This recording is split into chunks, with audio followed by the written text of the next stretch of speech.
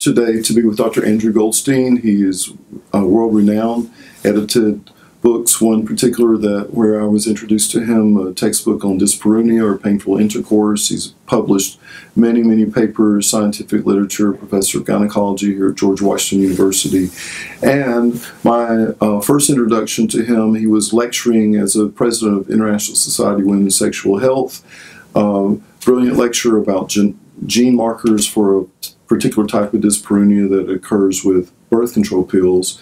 And I said I would like to know this man and do research with him. So he has done a project for us demonstrating that platelet-rich plasma, using some of the techniques we do with the O-shot procedure, was helpful for lichen sclerosis, and that is now being followed up with. And now our intention is to do some research trying to find a better solution for orgasm. And along those lines, I would like to say thank you to Dr. Goldstein publicly and have him talk from his great expertise and broad knowledge base about the problem of orgasm. So, in particular, describe for me, because I know people fly to see you from around the world, when it comes to orgasmic dysfunction, first of all, how prevalent is it? And second, how does it affect a woman's life? What do you see as far as what happens with relationships and just general, and with a young woman who has orgasmic dysfunction? Can you just talk about that a little bit? Sure, we're pleased to, and thank you for coming and helping to support this study and helping to support good science. And as you know, we're good friends, but the one thing I'm always about is good science. And so we are studying this scientifically, and just like we should any other medical condition. And we have to treat this with the same respect as other medical conditions. So the problem with orgasm and lack thereof is that it affects a woman's feeling about herself. It affects not just feeling about herself, though, about her relationship. So for some women, it's not an important part of her relationship, but in other women, it's a very important part, not just of her relationship, but also of her own psyche and the way she feels about herself. So I do have women come from all over the country, all over the world, having distress or bother because they have markedly decreased orgasm, either the frequency or the intensity, or they have an inability to have orgasm. And so the data are that approximately 5% of women have a female orgasmic disorder, and that is the marked diminished ability to have orgasm at least 75% of the time, or decreased in the intensity, or again, inability to have orgasm that causes bother. So, as far as medications, one of the I think driving forces. Obviously, this is something that you have been. It's what you've devoted your life to, helping women with their health. And one of the driving forces, or maybe aggravations, is that there really are very few treatments. There, as far as I know, there are no. Even though men have lots of medicines that are approved to help them with sexual function, there's limited availability for treatments, but it's not like we have nothing. So could you talk some about what we've used up to the present point to treat orgasmic dysfunction, and what has worked and hasn't, just some about the availability, assuming there wasn't this procedure? Yes. So, I mean, unfortunately, first of all, women who have difficulty achieving orgasm have often been stigmatized to say this is purely a psychological thing. And that's very frustrating. I forgot to mention that's one of the main frustrations that women have, is that they often have very good desire. They have desire of them, they have sex drive. They have they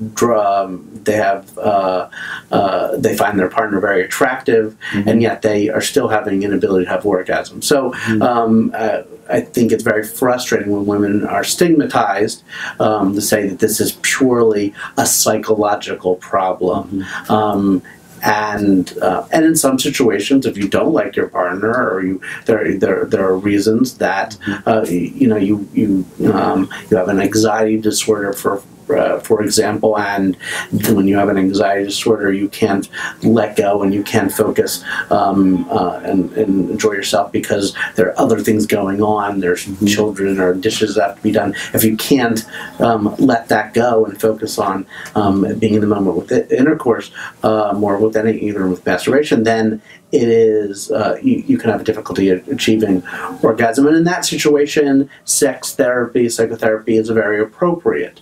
But there are clearly in women orgasmic dysfunction, the inability to have orgasm that is physiologically based, and there are both neurochemicals in the brain, as well as hormones, as well as blood flow that affect and nerve conduction that affect orgasm, and even the muscles surrounding the whole clitoris and the pelvic floor. All those matter. So they all have a role to play in orgasm. And so we try things to improve some of these either hormones or neurochemicals. So sometimes we do use estrogen and testosterone for women if they clearly have evidence of low hormonal levels. Sometimes we use medications that increase blood flow. So even though it is not approved for women, the Viagra and Viagra-like medications such as Cialis, Levitra can help women with orgasm in specific situations where they have lack of blood flow. Sometimes we will try pelvic floor physical therapy if a woman has lack of blood flow because she has tight pelvic floor muscles. We will often try medications that increase the neurochemical dopamine. And because that can also improve orgasm in some women, especially women who are taking antidepressants, which increase the neurochemical serotonin, which drives down the dopamine, which is necessary for orgasm. So there's other types of antidepressants, such as Wellbutrin, that can be used to increase the dopamine level. And so we're trying all of these things, but again, there's no one magic bullet at all. And unfortunately, there have been very few studies really looking at a magic bullet for this. Right. So just to add to that, if you, as I'm sure you're aware, it's back in the 1980s, we told men that 85% of them, if you have erectile dysfunction as a man back in the early 1980s, we thought that 85% of that was due to psychological problems. And now, of course, we know it's neurovascular problems most of the time. So this whole idea that there's a system that involves sexuality, not just a reproductive system or respiratory system, but a system of interacting hormones, neurological, psychological, and blood flow, and all these very complicated, elegant system involved with sexuality and orgasmic function. It's shocking to me that for a long time the clitoris was not even drawn in Gray's Anatomy, and I think you could make a pretty strong argument that the vagina was thought of sort of as a receptacle for sperm to get to the not realizing that there's this prostate gland, essentially the Skene's gland, and all these neurological and but I like emphasizing, I just want to reemphasize what you said. We don't have a magic bullet, and there are women who, for abuse or whatever problems, or even if things are good, they could be better. And so there's always a need for the psychological thinking about it as part of the system. On the other hand, to think that everything's psychological and there couldn't be a physiological etiology for some of these problems, I think is going too far the other way. So with all that in mind, could you explain how some of the ideas about how, just like the male genitalia may function in a male's orgasmic function, how might both pathology and correction of that pathology correct some of the orgasmic dysfunction, and how that might relate to hopefully some nice results with, we don't know, we have to do the study to find out, but hopefully our study might reveal something to help some of that pathology. So can you talk about some of those, basically the logic behind the research we're doing, so that people who might be considering or watching or thinking about our science could think more deeply about it? Certainly. So the exciting thing about this study is that PRP has really amazing properties, as you know, and it helps with the regeneration of essential components of the body, and it can help with improving blood flow to the area. It can improve collagen in the area, and often what will happen as a woman ages is that she loses the vital structures, or the vital structures become atrophic or thinned out. This is even before a woman reaches menopause. And even though orgasm in women hasn't been extraordinarily well studied, we certainly have shown recently that the proximity of certain structures to another does affect the quality and strength of orgasm. Mm-hmm. So it is certainly possible that the PRP helps restore this anatomy that is essential for normal function and normal quality of orgasm. Mm-hmm. You and your colleagues have a vast experience performing this technique, and anecdotally, we have really amazing stories of women who their orgasmic function has improved dramatically, has gotten better than it's ever been. As a scientist, my job is to prove that these testimonials are correct. And that's why I'm really so honored that we get to do this study and to prove what you believe is to be true, and which I personally believe to be true, but is not has not been proven in the true scientific sense. So we're putting scientific vigor to this question, and we're very excited about this study. Beautiful. So just to add to that, there's with everything, there's part of the scientific rigor involves not just showing if something works, but also showing when does it not work.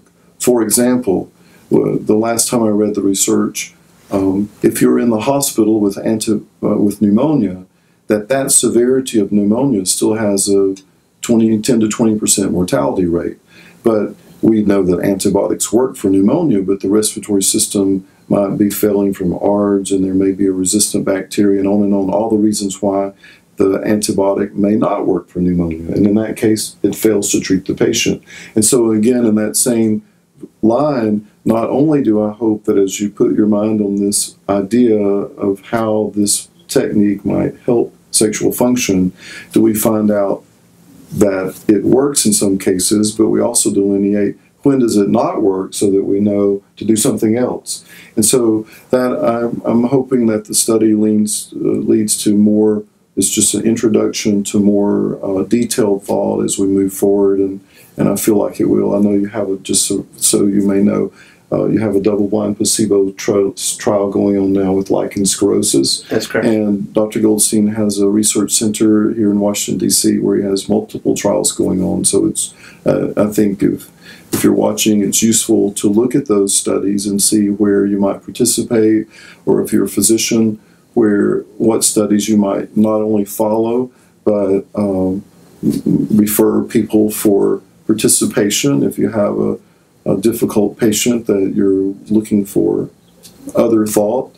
I mean, obviously you have a world leader here in the thought of treating sexual dysfunction with studies ongoing, so I think it would be a very useful thing to have your patient evaluated here. So I think with that, anything else you'd like to add? I think that was the main points, but anything else you'd like to add to that? Just basic that some people get frustrated because they don't meet the exact criteria for being in the study. That's not to say that if this study shows that this procedure is beneficial, that it won't work for you if you didn't qualify for the study. But we have to try to find, because it's not a 1,000-person study, and which could take 5 years or 10 years to do, we have to pick a group of women that are as closely similar as possible to see if it works, and that's just because of statistics. So often people get frustrated that they don't qualify for a study, and sort of therefore feel that they're being left out, or we're ignoring them, and we're definitely not. We're just trying to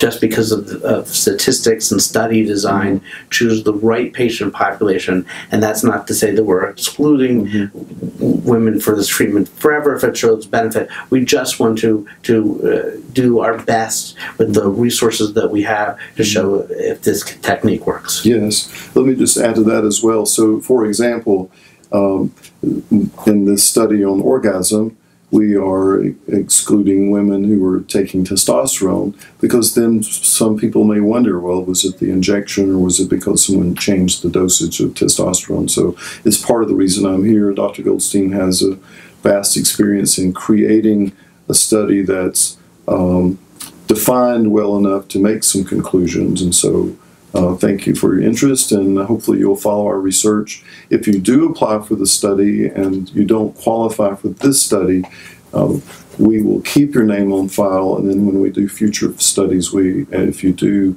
meet the criterion for those studies, we may contact you. So thank you for your interest, and thank you, Dr. Goldstein. We're honored to have you help us solve these questions. Thank you very much. Yes.